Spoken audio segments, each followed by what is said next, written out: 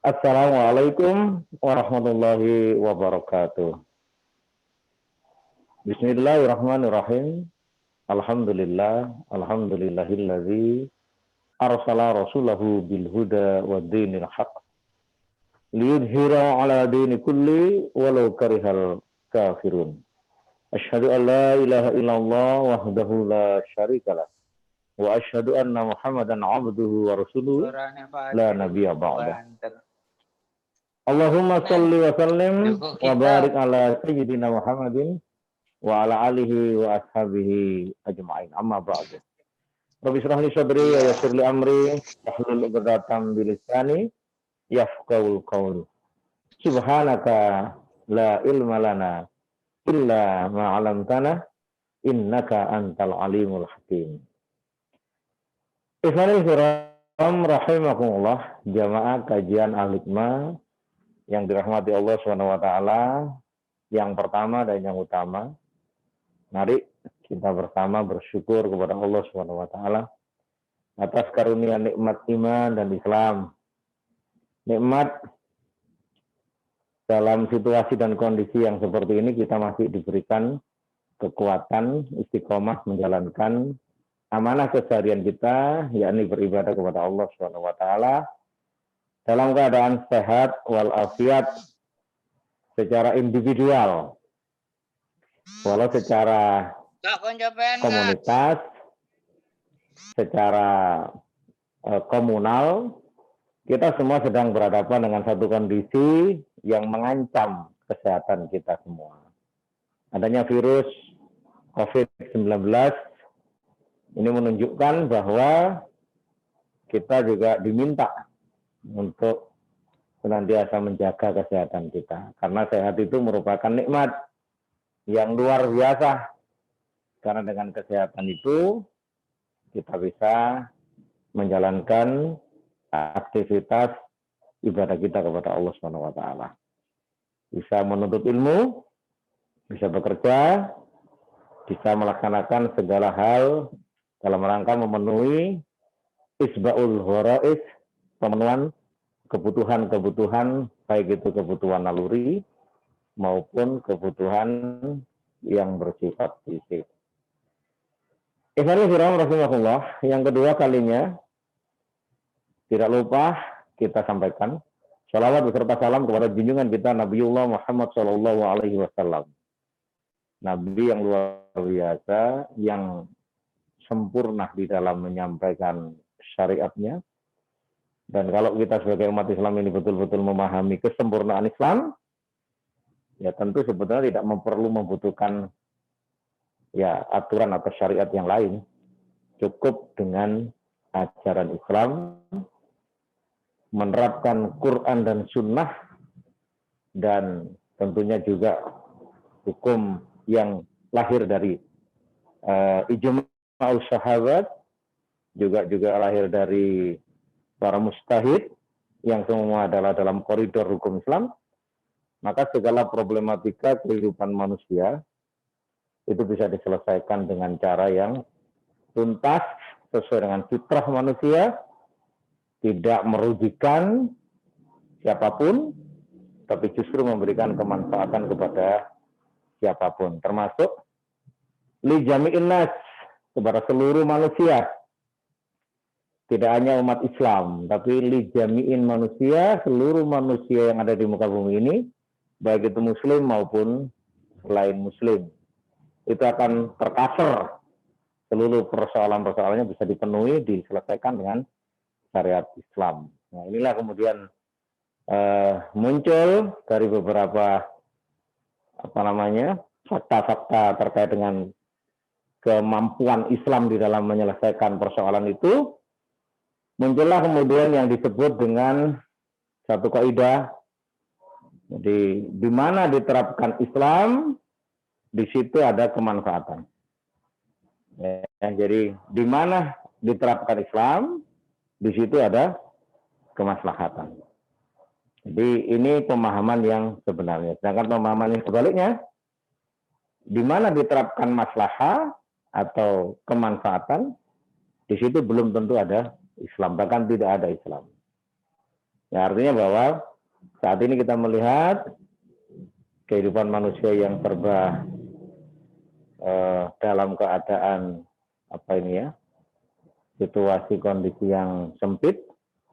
Ini sebetulnya kalau sebagai orang yang beriman pandangannya langsung connect dia dengan Allah, bahwa seluruh problematika kehidupan, seluruh persoalan kehidupan, seluruh hal-hal yang menyesakkan, yang membuat sempit dada kita itu disebabkan karena kita jauh dari syariat Allah, syariat Islam.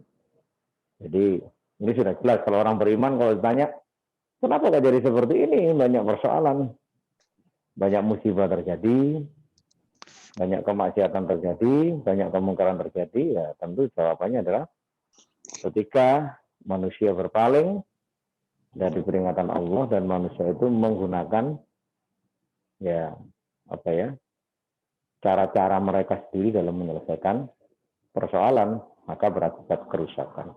Beda kalau kemudian mereka menggunakan Islam sebagai bentuk penyelesai. Masalah apapun bisa diselesaikan dengan Islam.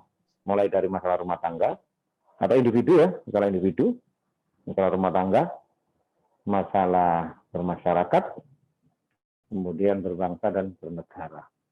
Masalah kebutuhan pribadi, kebutuhan masyarakat, kebutuhan kelompok, kebutuhan bangsa dan negara. Semua itu maktub atau tercakup di dalam Islam. Luar biasa. Sehingga sungguh sangat rugi apabila kemudian manusia mengambil selain Islam sebagai jalan hidupnya. Mengambil selain Islam sebagai pedoman hidupnya. Di dunia dia rugi, tidak mendapatkan apa-apa. Di akhirat dia juga rugi, dia tidak mendapatkan pahala.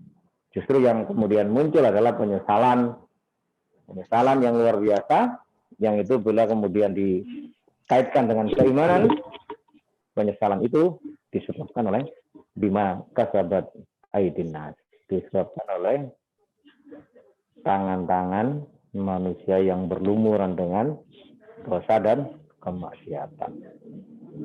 Para jamaah kajian Al-Hikmah rahimakumullah.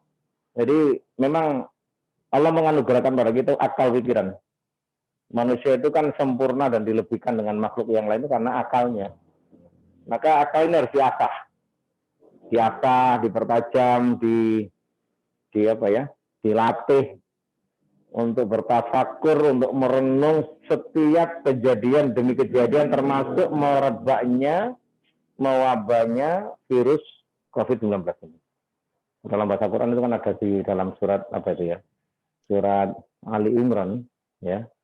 Itu dijelaskan di sana. Jadi ada satu ayat yang mengajak kepada manusia untuk berpikir, merenung.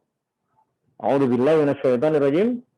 Inna fi khalqis samawati wal ardh wa ikhtilafil laili wan nahari la ayati liulil albab. Jadi ini ayat ini luar biasa. Jadi sesungguhnya dalam penciptaan langit dan bumi, Allah memberikan kalimat penciptaan langit dan bumi. Berarti isinya juga demikian. Ya. Wa ikhtilafil laili wan nahar, dan pergantian malam dan siang. Ya, pergantian malam dan siang. Jadi kalau kita melihat kayak biasa, ono bengi, ono awan, yang awan mana, bengi mana, awan mana, biasa. Tapi sebetulnya bagi orang yang berpikir adalah la ayati, ya, ini adalah ayat-ayat liulil albab, bagi mereka orang-orang yang memiliki pengetahuan, memiliki kecerdasan, ya, memiliki pemahaman. Seperti itu. Ini luar biasa. Nah, siapa orang-orang yang memiliki kecerdasan atau memiliki kepandaian? Dan ini juga jawabannya adalah dari Allah. Alladzina yadhkurunallaha qiyaman wa qu'udan wa 'ala junubihim wa yatafakkaruna fi khalqis samawati wal ardh. Rabbana ma khalaqta hadza batila subhanaka faqina adzabannar. Yaitu orang-orang yang memikirkan, ya, dalam keadaan berdiri, dalam keadaan duduk, dalam keadaan berbaring, berarti dalam segala situasi dan kondisi.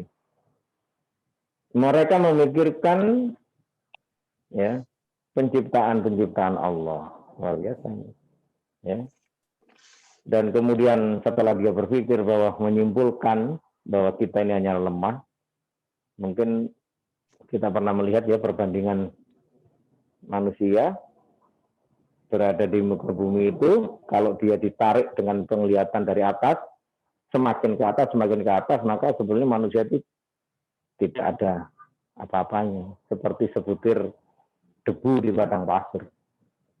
Belum nanti bumi, kemudian ditarik lagi ke atas, cara pandang kita akan disampingkan dengan gugusan-gugusan galaksi yang lain, itu bumi itu kecil, masih ada yang lebih besar. Nah, kalau sudah seperti itu, maka akan sampai pada kesimpulan bahwa manusia tidak ada apa-apanya, lemah sekali. Ya sekarang ini terbukti dengan kondisi merebaknya wabah COVID-19 ini, kan manusia bisa apa? Tidak bisa apa-apa. Ya, tidak bisa apa-apa. Artinya apa? Manusia terbatas. Gitu. Nah, kalau cari wong Jawa kok sawangane kok murka, kok sumbung banget, ora gelem diatur dengan aturan syariat Islam. Ya kan aneh gitu. Syariatnya Allah yang menciptakan yang menciptakan apa namanya? Manusia. Allah yang menciptakan bumi, Allah yang menciptakan langit, Allah yang menciptakan segala macam makhluk-makhluk yang ada di muka bumi. Kenapa nggak mau diatur? Nah, bagi orang beriman kemudian sampai pada kesimpulan Rabbana ma khalaqta hadza batila. Wahai Tuhan kami, sesungguhnya tidak ada yang sia-sia. Ya, tidak ada yang sia-sia. Apa yang telah Engkau ciptakan. Ya. Subhanaka, maka maha suci Engkau. Ya, berarti kita mengakui bahwa Allah maha suci, Allah maha besar, Allah maha luar biasa. Ya, Allah menguasai segala sesuatu. Ya, innahu ala kulli syai'in qadir. Menguasai segala sesuatu itu Allah yang menentukan. Ya, subhanaka faqina adzabannar, maka sungguh ya Allah kami mohon pada Engkau perlindungan dari siksa api neraka. Luar biasa. Loh kok begitu doanya? Iya, karena terminal kehidupan kita di akhirat itu cuma dua, kalau enggak ke surga ya ke neraka. Kita mau kemana? Tentu kita ingin ke surga. Nah, gitu. Jadi luar biasa ya, kalau kita lihat sekarang ini, adanya virus ini sebetulnya yang memaksa manusia untuk berdiam diri di rumah.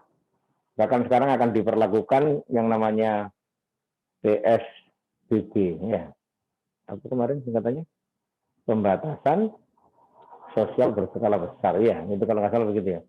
Ini untuk Surabaya kira-kira tanggal 25 sampai 29 ya. Mulai 25 atau 29. Nah, tentu diminta untuk persiapan macam-macam supaya diam di rumah, kebutuhan pokok dan lain-lain. Nah, ini sebenarnya sangat ironis, harus ada korelasi ini. Tidak bisa disuruh diam di rumah tanpa dipenuhi kebutuhan asasnya. Ini akan menjadikan muncul masalah baru nanti. Tidak menyelesaikan masalah, tapi malah memunculkan masalah-masalah yang Nah, ini Firam, para jemaah kajian Al-Hikmah rahimahullah. Dari sini kita jelas bahwa manusia butuh Allah. Manusia butuh ya pertolongan dari Allah. Manusia butuh rahmat dari Allah. Ya, memang kita butuh. Dan selama kita butuh itulah, sesungguhnya ketaatan, ketakwaan, keimanan, itulah yang akan memberikan kemaslahatan pada diri kita. Nah, edisi kajian Al-Hikmah malam hari ini, di bulan April 2020, ini yang edisi yang ketiga ya. Yang ketiga, mudah-mudahan bisa istiqomah ya sampai ya betul-betul tidak memungkinkan untuk dilaksanakan. Namun mudah-mudahan Allah memberikan kemudahan dan innallaha ma'al mu'minin. Sesungguhnya Allah bersama orang-orang yang beriman. Ya, dalam kondisi apapun, ya, sedih, gembira, sempit, lapang, lain-lain, hati ini harus senantiasa terpaut kepada Allah Subhanahu wa taala. Nah, ikhwan fillah rahimakumullah, untuk malam hari ini kita lanjutkan satu hadis di kitab Riyadhus Shalihin. Ya, kitab yang luar biasa. Kita akan coba untuk Lanjutkan hadis yang nomor berapa ini? 167 di kitab saya. Ya, 167.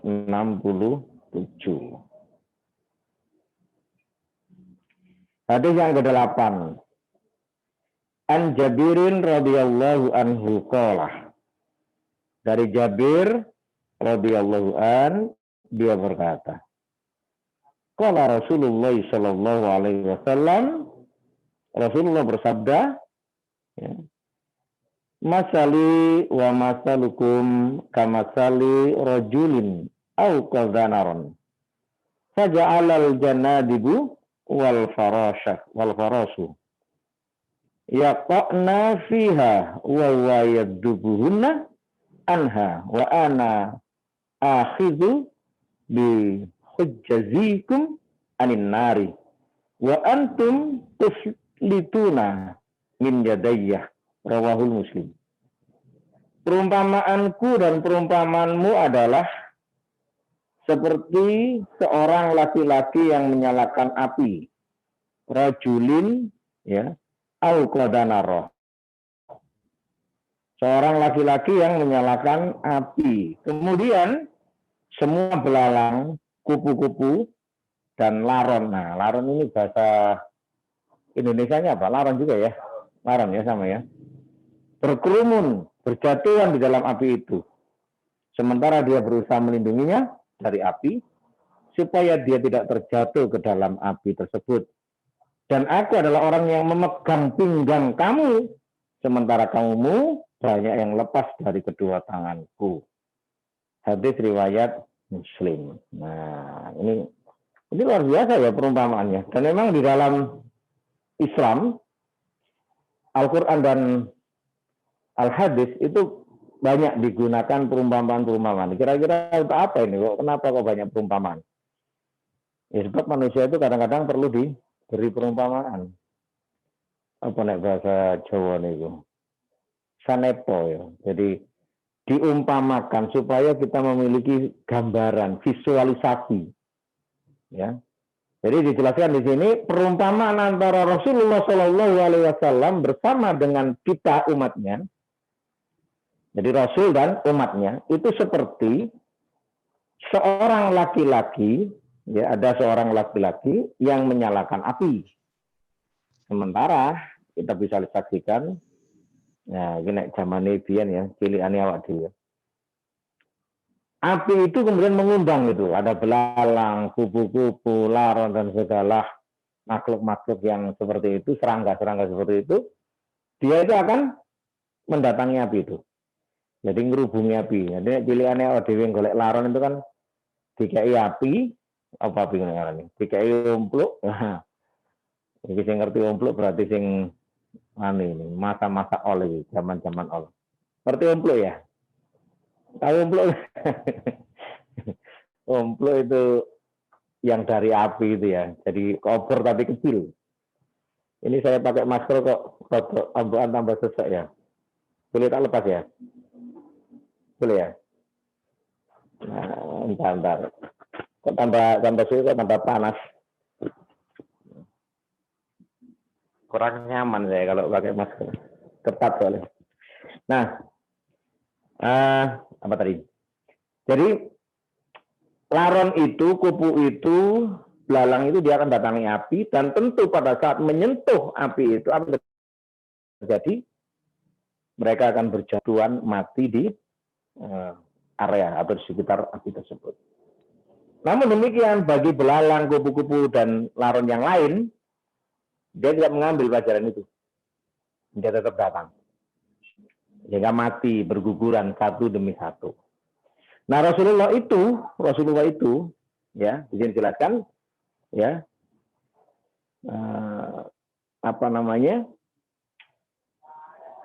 adalah orang yang memegang pinggang kamu, sementara kamu banyak yang lepas darinya. Jadi ajaran Islam yang dibawa Rasul dan Rasul sendiri adalah orang yang berusaha memegang kita, memegang umat itu, agar tidak jatuh ke dalam api tersebut. Ini artinya kan bahwa Islam itu ternyata menyelamatkan. Namun ini kalau Kanjeng Nabi dawuh itu pasti terjadi ya dan pasti benar. Apa itu? Kamu banyak yang lepas dari kedua tanganku. Jadi ada saja dan banyak yang lepas dari Islam yang menjadi penyelamat dia nanti di akhirat. Penyelamat dia dalam hidupnya. Ini gambarannya Imam Ghazali. Artinya apa? Kondisi zaman. Ya, zaman atau dunia itu kan tambah lama tambah menggoda, tambah rusak. Dunia ini fana, fana itu rusak, tidak kekal. Ya hancur itu nanti. Tapi anehnya banyak manusia yang terlena dalam kehidupan dunia, jatuh dalam kehidupan dunia, bermegah-megah dalam kehidupan dunia, menumpuk harta dalam dunia, kekuasaan, jabatan, sehingga kemudian harus mengorbankan banyak orang untuk kepentingan diri. Luar biasa ini. Sementara umat Islam telah diberikan pemahaman bekal yakni Quran dan Sunnah sebagai nikmat, rahmat, ya, sifat dari Allah agar tidak jatuh di dalam kehidupan dunia yang digambarkan oleh Rasulullah sebagai api yang akan membakar dirinya. Namun banyak yang berlepas gitu. Ya. Artinya cara wong digewandoli, dicuek-oli ini apa jenis berwosot, berontak, dia masih tetap lari menuju kepada api tadi itu, dunia itu. Sehingga kita bisa saksikan ya, saudara-saudara sekalian yang dirahmati Allah, banyak orang yang kalau dalam bahasa wong Jawa itu sing beragama, sing memiliki landasan agama atau background agama, platformnya platform agama, itu aja banyak yang menyimpang, banyak yang tergoda, tergelincir, apalagi yang tidak memiliki pemahaman sama sekali. Urip sing pokoknya urip, nah begitu. Urip sing nggak duwe aturan, urip sing nggak duwe pedoman, itu teman-teman. Ya, nggak berlomba-lomba, bangga dalam maksiat, bangga dalam menentang perintah-perintah Allah. Kenapa kok bisa begitu? Ya karena pemahamannya, akal pikirannya dia tidak gunakan untuk melihat kejadian demi kejadian. Dia tidak melihat tanda-tanda kebesaran Allah, dia tidak mau memahami hukum-hukum Allah dan hukum-hukum Rasulullah SAW. Nah ini kira-kira zaman sekarang sudah pas ini ya. Banyak umat Islam ya yang terlena dalam kehidupan dunia sehingga kemudian memunculkan banyak persoalan. Sama-sama Muslim mudah diadu ya, dibenturkan, ya. Jadi pasti yang namanya diadu itu ada yang menang, ada yang kalah. Kalau podo kuate ya podo remek ya begitu, podo hancur ya. Jadi Islam diadu dengan sesama umat Islam. Diiming-imingi apa? Diiming-imingi dunia. Diiming-imingi kekuasaan, diiming-imingi kekayaan, diiming-imingi harta, diiming-imingi wanita, diiming-imingi kenikmatan-kenikmatan dunia. Sehingga banyak juga ulama-ulama yang kalau dia tidak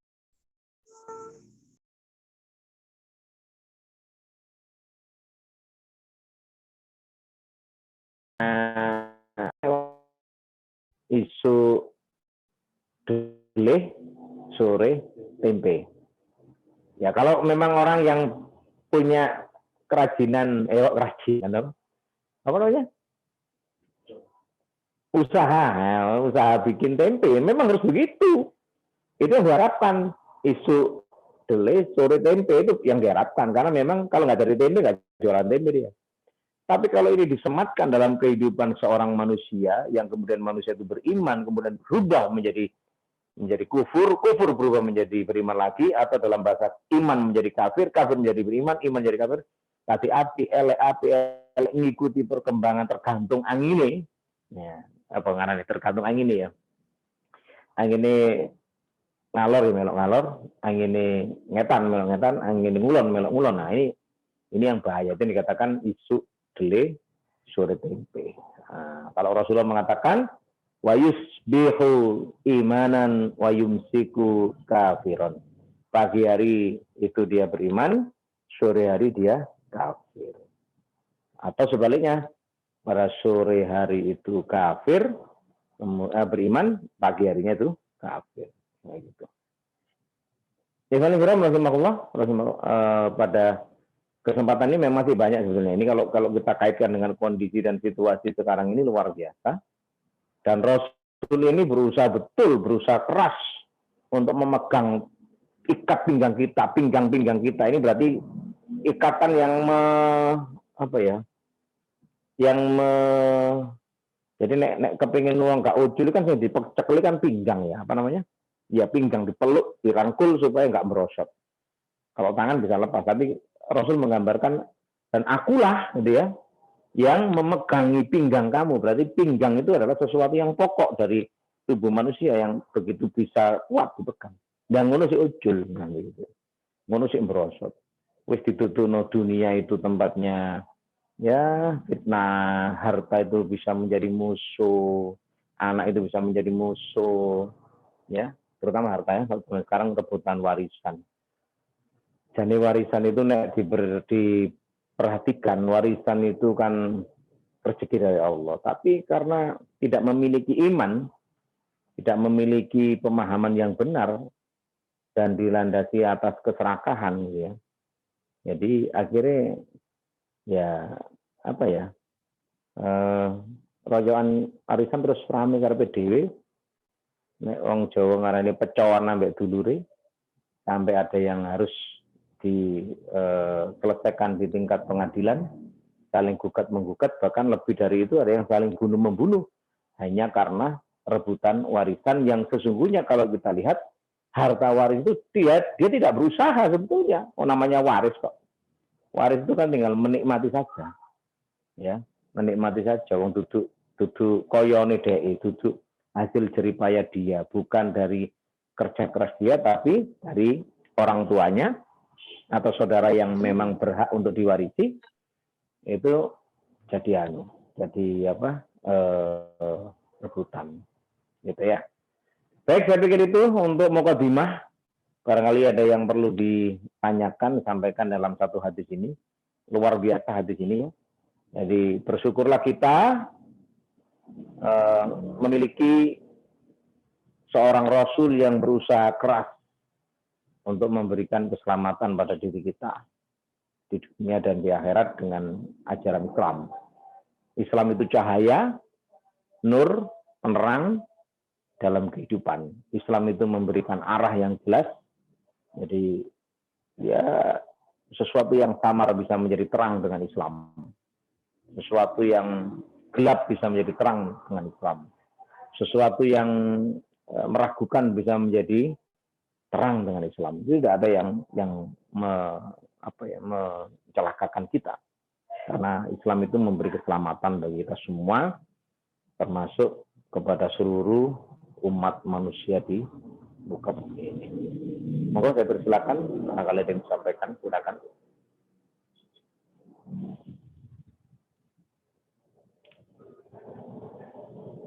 Dari yang sudah kita bahas pada malam hari ini, barangkali ada yang mau disampaikan, karena hadis ini luar biasa. Ini satu hadis ini sudah cukup untuk kajian kita malam hari ini. Ini suaranya masuk ya? Masih bisa didengar ya suaranya?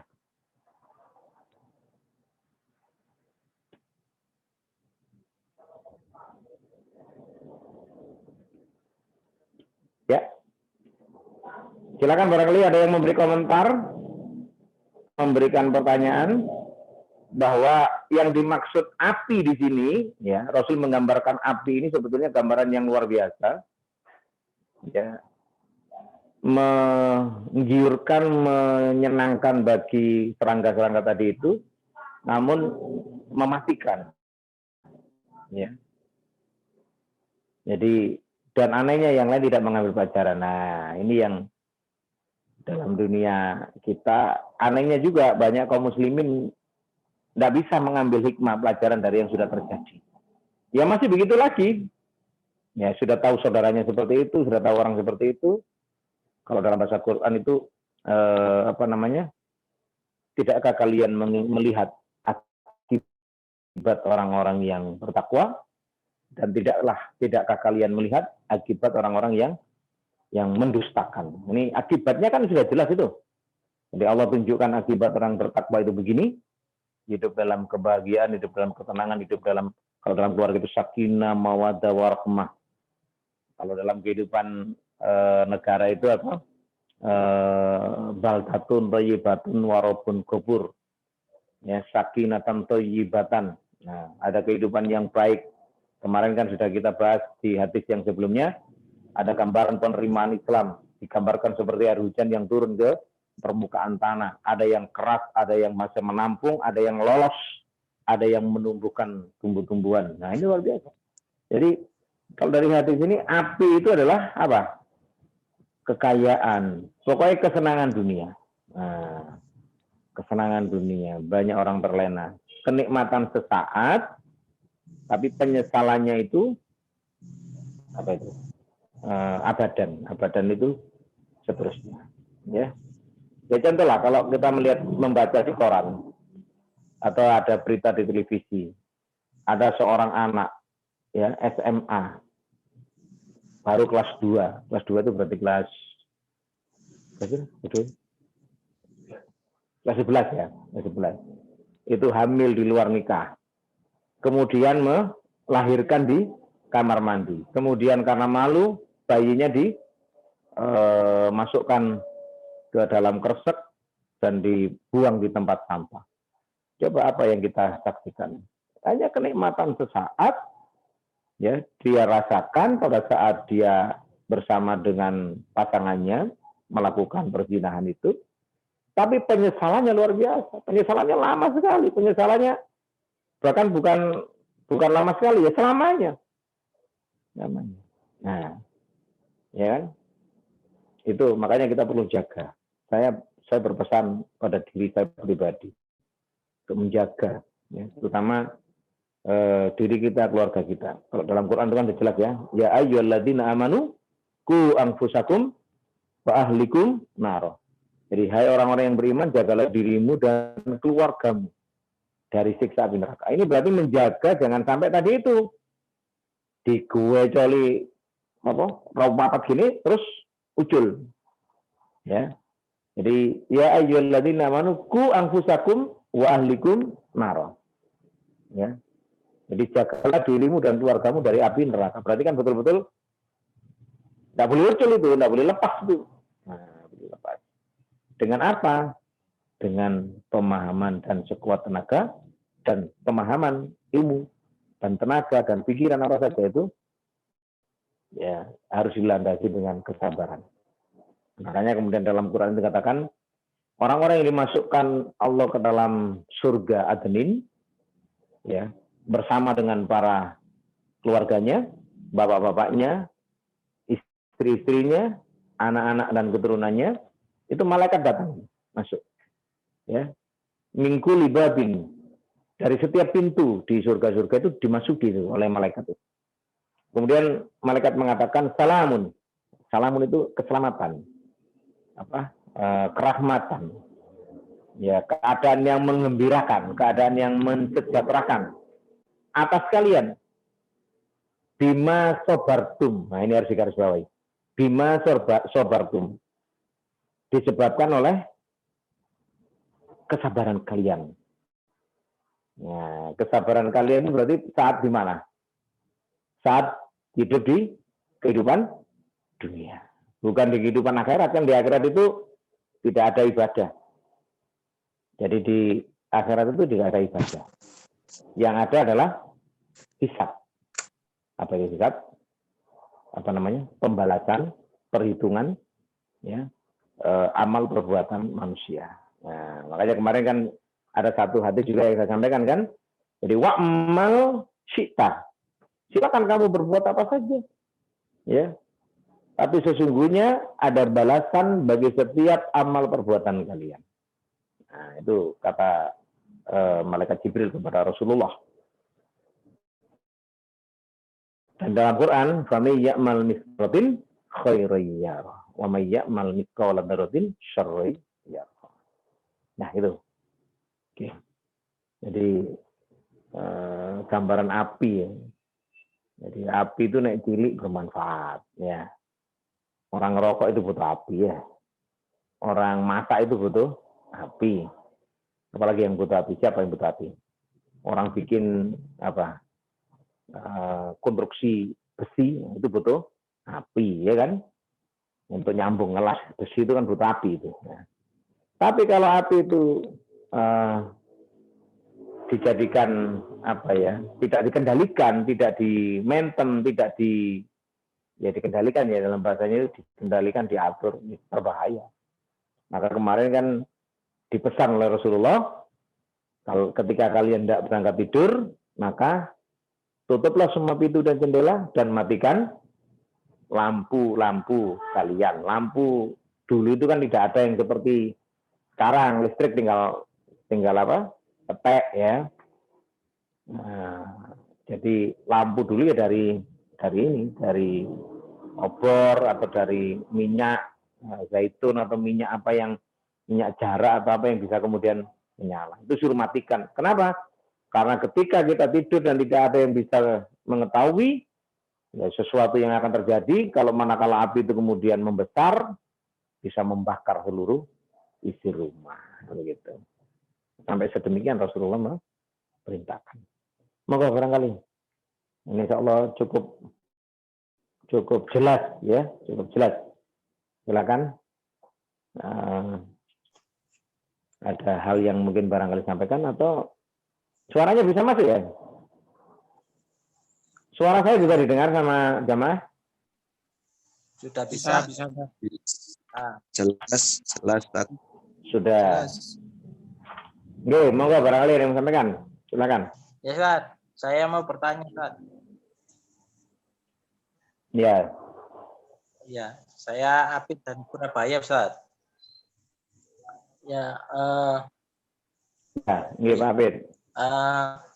Dengan kondisi yang sekarang, Ustaz, agar umat Islam itu tidak jatuh dalam kekufuran, apalagi kemurtatan, bagaimana mensikapi hal ini? Dan apakah Islam pada zaman dahulu pernah terjadi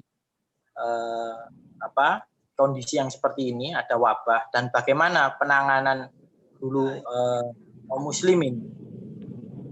Islam bagaimana menghadapi kejadian seperti ini, Ustaz? Terima kasih, Ustaz. Assalamualaikum warahmatullahi wabarakatuh. Waalaikumsalam. Salam. Ada dua pertanyaan berarti itu ya. Saya akan coba jawab yang pertama dahulu. Kemudian waktunya nututi ya. Yang pertama, bagaimana cara Islam menjaga akidah umat Islam? Ya, jadi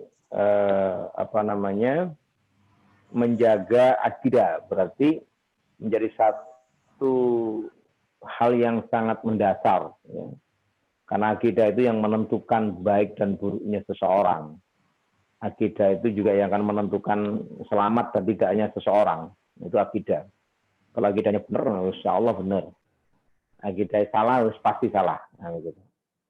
Apapun termasuk hal-hal yang muncul dari akidah, dari aturan itu.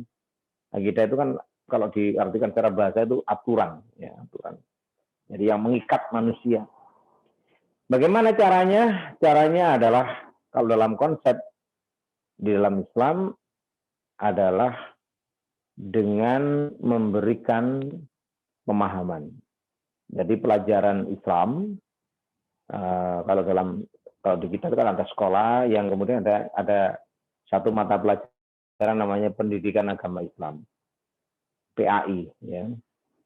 Itu harus terus digencarkan menjadi satu kebutuhan, satu agenda rutin yang harus disampaikan kepada masyarakat atau umat melalui berbagai macam media. Apalagi sekarang media sudah sedemikian rupa, luar biasa. Jadi harus ada rutin itu setiap saat dan menjadi program nasional, bahkan mungkin program internasional gitu ya. Program yang menjadi program utama. Ya. Jadi kalau sekarang apakah kemudian ada yang mengatakan, kan sekarang sudah ada beberapa, ya, tapi itu kan kalau dibandingkan dengan tayangan-tayangan lain, jadi ini tayangan tentang pendidikan agama atau apa namanya ini, ya ceramah-ceramah, kuliah-kuliah dan macam-macam itu itu kan diambil jam-jam pagi ya, jam-jam pagi di mana banyak orang kadang-kadang nggak melihat itu, atau diambil jam-jam malam. Justru jam-jam yang sibuk atau yang jam apa namanya? Kalau jam untuk iklan tuh mahal sekali itu. Hah? Premium. Jam-jam yang premium itu kan justru tidak diisi dengan itu.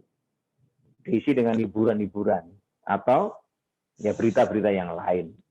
Nah, harusnya itu. Yang pertama adalah menggalakkan atau memberikan pemahaman agama secara benar, dan tentunya ini dilaksanakan secara serentak. Nah, kalau sekarang ini ada yang namanya PSBB, ya, apa itu namanya tadi? Pembatasan sosial berskala besar. Ini kalau dilaksanakan dari top down, ya, dari atas kemudian ke bawah, ada instruksi, ada pengawalan, ada pengawasan, ada sanksi, ya, maka PSBB itu bisa berjalan.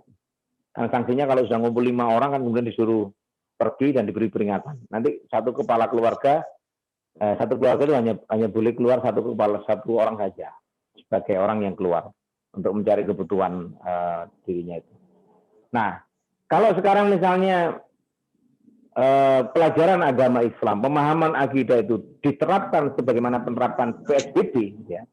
Jadi penerapan syariah berskala besar. Nah, begitu barangkali ya. Ini istilah saya, istilah hikmah, ya. Penerapan syariah secara besar dari atas hingga bawah, kemudian diawasi, ada sanksi, ya. Luar biasa itu. Ya, mau tidak mau, kalau PSBB nanti PSBB menghadapi antisipasi, ya. Jadi PSBB itu sebenarnya antisipasi dari COVID-19 ini. Ya, belum merupakan satu solusi tuntas, belum. Karena kan bagaimana hanya memutus rantai penyebaran penularan. Nah, kalau kemudian PSBB dalam konteks penerapan syariah berskala besar, menjaga akidah, menjaga ibadah, adab yang mengawasi, orang-orang yang senengane ya maksiat-maksiat itu dibubarkan, bahkan dikembalikan kepada fitrahnya manusia, orang yang tidak mau sholat, orang yang tidak mau puasa, orang yang tidak mau melaksanakan, kemudian diberikan arahan, diberikan bimbingan, luar biasa. Jadi ini butuh sebuah kekuatan, butuh sebuah kesadaran bersama, butuh sebuah kalau dalam bahasa Islam itu ada sebuah institusi atau sebuah wadah. Kalau Rasulullah SAW seorang nabi, beliau memimpin secara langsung sebagai seorang nabi, atau dalam bahasa fikihnya adalah nubuah, ya. Maka dalam konteks berikutnya, ketika mimbadil wafati Rasul, setelah wafatnya Rasul, maka penerapan syariat Islam itu dilanjutkan oleh para khalifah.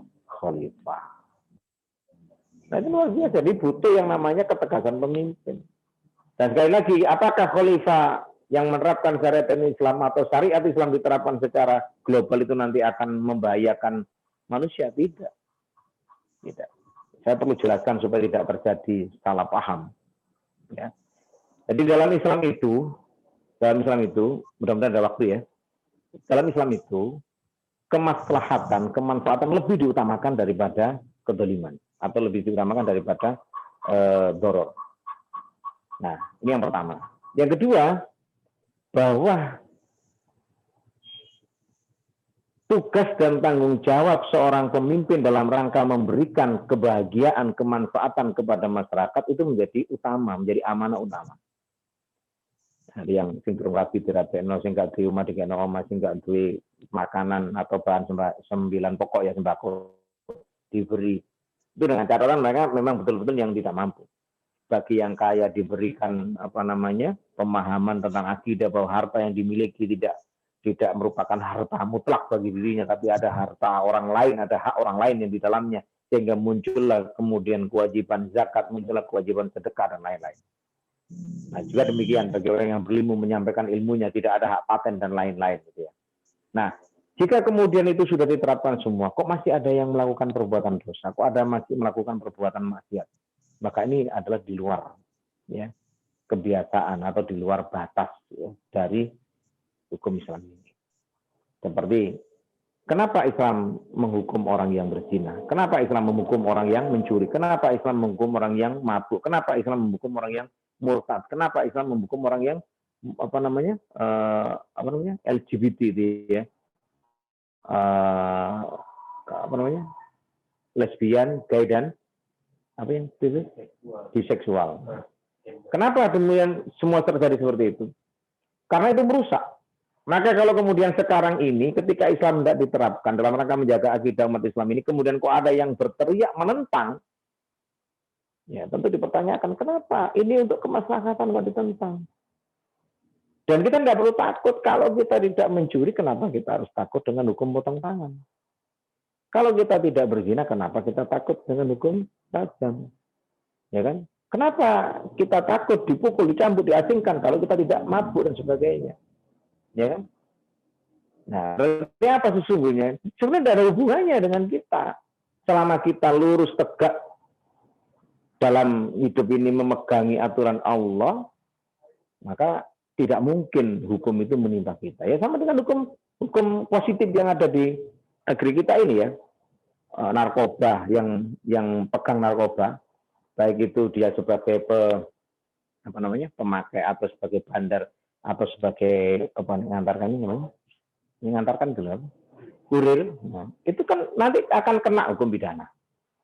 Kenapa kemudian yang membunuh, mencuri, memukul kena hukum? Kalau mereka tidak melakukan kan nggak kena, ya kan? Kalau mereka nggak melakukan tuh nggak mungkin dia akan kena pidana. Ya, Anda akan ditilang kalau Anda tidak membawa kelengkapan alat-alat kendaraan Anda, kendaraan jenengan, atau melanggar lampu merah, atau mungkin melanggar rambu-rambu yang lain. Kalau tidak melanggar kan nggak mungkin. Polisi itu akan menindak atau menjadikan Anda orang yang tersangka. Jadi ini yang pertama, harus ada upaya pendidikan pemahaman Islam, sehingga menjadi pribadi-pribadi yang terikat dengan Allah, pribadi-pribadi yang paham tentang hak dan kewajibannya, menjadi orang-orang yang berpikir jauh, visinya tidak hanya dunia, tapi visinya itu menuju kepada akhirat, kan gitu. Nah, kalau seperti itu, orang berpikir jauh dengan orang berpikir pendek itu beda. Jangan coba lihat di masyarakat, orang sing pikirannya cendak ya, cendak apa cedak, pikiran pendek gitu ya. Dengan orang yang berpikir jauh itu beda.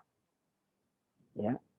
Jadi pertanyaan yang sangat sederhana itu hidup untuk makan atau makan untuk hidup itu kalau berpikir pendek ya hidup untuk makan.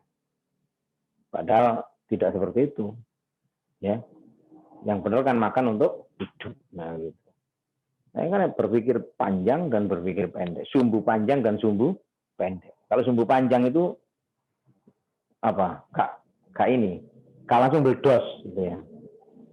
Ya, tapi nek sumbu pendek langsung berdos. Ya, gampang marah, gampang muring-muring, gampang tersinggung, gampang mek dilokno tok gampang. Padahal Rasul itu sudah memberi contoh, kalau yang dihina adalah fisiknya, awake belegere, kurang ganteng lah, kurang putih lah, kurang apalah, enggak ada masalah.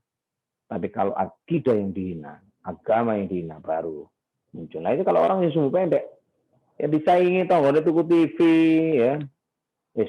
Pusing gitu ya. Tonggone tuku kulkas pusing ya. Ada tonggone bangun pusing.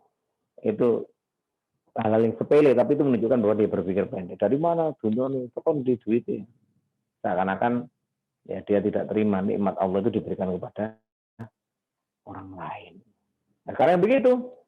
Ya, persaingan di dunia politik, persaingan di dunia ekonomi, persaingan di dunia hukum, siapa yang punya jabatan, siapa yang punya kekuasaan, wah, dia akan mempertahankan kekuasaan. Sehingga ketika dikritik, ya, diberi masukan, dia tidak berpikir panjang, tapi dia berpikir pendek. Kritik dan masukan itu dianggap sebagai sesuatu yang mengancam, yang akan menggulingkan kekuasaannya. Padahal tidak demikian. Orang dikritik itu dalam rangka menasehati. Namanya kritik itu adalah sesuatu yang wajar. Bila Anda menjadi pemimpin itu tidak mau dikritik, maka jangan harap akan menjadi pemimpin yang baik. Karena yang namanya pemimpin itu dilihat dan dirasakan. kepemimpinannya, ya. Itu dari sisi kemaslahatannya. Dari sisi fikihnya, pemimpin itu dimintai pertanggungjawaban di sisi Allah, ya. Setiap kalian adalah pemimpin dan setiap kalian adalah mas'ulun an ra'iyatihi. Jadi bertanggung jawab terhadap apa yang mereka pimpin. Itu yang pertama, ya. Tapi itu barangkali ya, sudah cukup waktunya habis ini, ya. Ya, jadi untuk pertanyaan kedua kita jawab edisi minggu depan, ya. Ini luar biasa kalau kita cermati, ya. Jadi tadi siapa yang bertanya? Pak Apit ya. Pak Apit bertanya. Kalau tentang penanganan COVID tadi ya, itu saya pikir sudah terjawab di edisi kemarin ya. Di edisi kemarin kan sudah kita jawab bagaimana Islam memberikan solusi, ya. Walaupun secara singkat beberapa riwayat hadis menjelaskan tentang termasuk Rasulullah SAW juga bersabda dalam beberapa hadis menjelaskan tentang bagaimana ketika taun atau wabah ini melanda pada suatu wilayah, maka yang pertama adalah justru apa? Harus dipahami bahwa taun, wabah, apalagi itu pandemi gitu ya, itu adalah azab bagi manusia. Ya, jadi memang Allah memberikan ini kan sebagai azab. Azab itu ya sebagai siksaan. Nah, namun di hadis itu dijelaskan, namun sebagai rahmat bagi orang-orang yang beriman. Nah, ini loh, orang beriman itu memandang sesuatu dengan pandangan iman. Walau demikian, ya bukan berarti kita memasuki wilayah yang ada taun yang merupakan azab tadi itu. Maka Rasul menyampaikan di hadis itu, maka hendaknya orang yang terkena wabah tahun itu, orang yang terkena wabah tahun itu hendaknya dia berdiam diri di rumah, ya, dan berdoa kepada Allah, pasrah kepada Allah, kemudian dia sampaikan kepada Allah, ya, bahwa seandainya memang ya, dia terkena musibah itu, maka itu semata-mata atas kehendak Allah. Dan ketika dia mati dalam keadaan tertimpa musibah atau wabah atau tahun itu, maka dia mati dalam keadaan derajatnya itu derajat mati syahid, sama masuk surga. Nah, walaupun dari hadis ini yang kita ambil mungkin yang sama dalam posisi sekarang adalah berdiam diri di rumah. Artinya tidak keluar karena dikhawatirkan akan memberikan kontribusi penularan kepada orang lain yang sehat. Jadi kalau itu tadi jawaban singkat bagaimana Islam memberikan solusi. Nah, kalau solusi sekarang sebagaimana Khalifah Umar bin Khattab yang juga pernah mengalami masa-masa di mana ada COVID itu, kalau dulu namanya bukan COVID mungkin ya, taun dan sebagainya itu ya macam-macam virus itu kan bermutasi berkembang terus ya. Itu ya beliau meminta untuk berdiam diri di rumah, dan satu hal yang penting lagi adalah beliau menjamin seluruh kebutuhan hidup ya orang-orang yang masa karantina atau masa dalam masa-masa ini ya, tadi itu apa namanya, apa kalau bahasanya lockdown ya, dalam bahasan lockdown atau PSBB, sehingga mereka tidak berpikir tentang bagaimana memenuhi kebutuhan, tapi mereka berpikir tentang ibadah, berdoa, kemudian berdiam diri, menjaga kesehatan, bahkan berperan aktif untuk tidak menyebarkan, ya, atau berperan aktif sebagai orang yang kontribusi menyebarkan virus itu. Ini yang penting itu sebetulnya. Ini yang harus disarankan, dan di era sekarang sebenarnya pemerintah itu tidak ada alasan untuk kemudian tidak melakukan lockdown atau tidak melakukan pemenuhan kebutuhan. Lalu dalam kondisi PSBB ini harus ada perhatian dari masyarakat, dari pemerintah atau penguasa kepada masyarakat. Itu sudah dinaungi dalam undang-undang. Jadi ada undang-undang yang menjelaskan kepada pemerintah untuk memenuhi kebutuhan, ya, kebutuhan pokok ya, asas bagi manusia dan binatang ternak. Itu harus dipenuhi oleh negara. Nah, berarti negara yang bertanggung jawab. Sehingga kehadiran negara itu dirasakan oleh masyarakat. Bukan kemudian kalau dibiarkan ya disuruh berdiam diri di rumah, tapi orang dikasih kebutuhannya tidak dipenuhi, makanannya tidak dicukupi, wah ini ya sama dengan mendolimi, ya. Akhirnya nggak kuat karena kebutuhan perut nggak kuat, metu itu kemana keluarnya mencari makanan. Namanya kebutuhan perut tidak bisa ditunda. Nah, ini kan kalau kita lihat bagaimana seekor kucing saja yang kemudian diikat tidak diberi makanan, sampai kucing itu mati, maka yang terjadi adalah yang mengikat itu, sang pemilik kucing mengikat itu, dia akan diazab, diancam dengan ancaman neraka. Lah ini manusia sekian banyak, di kongkong umah orang dipenuhi kebutuhannya. Ya tidak semua barangkali, yang kaya silakan dengan kekayaannya, tapi yang tidak semua orang kaya, tidak semua orang mampu, tidak semua orang memiliki. Ada yang untuk kebutuhan sehari-hari sudah Senin Kemis megap-megap ya, apalagi selama berapa hari ini belum tahu ya, minimal 14 hari ya, tidak ada pemasukan apapun ya, kak megap-megap mana ya, bisa malah cuma megap toh. Kalau megap-megap kan masih hidup ya, kalau megap gini udah ya tamat gitu riwayatnya. Oleh seperti itu ya, justru bukan kemaslahatan yang didapat, tapi justru mafsadat yang didapatkan. Saya pikir itu jamaah sekalian, kajian Al-Hikmah malam hari ini mudah-mudahan bermanfaat dan bisa memberikan kepada kita satu bentuk ya nasihat yang baik untuk diri kita, untuk tetap beriman dan bertakwa dalam situasi dan kondisi apapun, untuk senantiasa berusaha menjadi orang-orang yang bisa menyebarkan kebaikan ya, di tengah-tengah masyarakat. Di kondisi apapun seperti ini terus harus tetap jalan ya, tetap jalan. Dakwah itu sebatas kemampuan kita. Mari kita akhiri dengan berdoa kepada Allah Subhanahu wa taala. A'udzu billahi minasyaitonir rajim. Bismillahirrahmanirrahim. Allahumma shalli wa sallim wa barik ala sayyidina Muhammadin wa ala alihi wa ashabihi ajma'in. Allahumma fir lil muslimin wal muslimat wal mu'minin wal mu'minat al ahya'i minal amwat. Qaribun mujibud da'wat. Amin. Wa ya Amin. Rabbana taqabbal minna innaka antas samiul wa tub alaina innaka antat tawwabur rahim. Allahumma arinal haqqa haqqan warzuqna ittiba'ahu wa arinal batil batilan warzuqna. Amin. Rabbana hab lana min azwajina wa dhurriyyatina qurrata a'yun waj'alna lil muttaqina imama. Allahumma inna hadal maradu jundu min jundika. Amin. Usibu bihi man tasha' au tasrifahu an man tasha'. Allahumma farifu, Allahumma fasrifuhu anna. Amin. Wa anna buyutina wa an ahlina. Amin. Wa azwajina wa dararina wa biladina wa biladina wa biladina wa biladil muslimin wa fitna mimma takhafuhu wa nadar wa anta khairul hafidh wa anta khairul hafidh wa anta khairul hafidh wa anta arhamar rahimin. Rabbana atina fid dunya hasanah wa fil akhirati hasanah wa qina adzabannar. Walhamdulillahi rabbil alamin. Kurang lebihnya mohon maaf. Ihdinas siratal mustaqim. Assalamualaikum warahmatullahi wabarakatuh. Waalaikumsalam warahmatullahi wabarakatuh.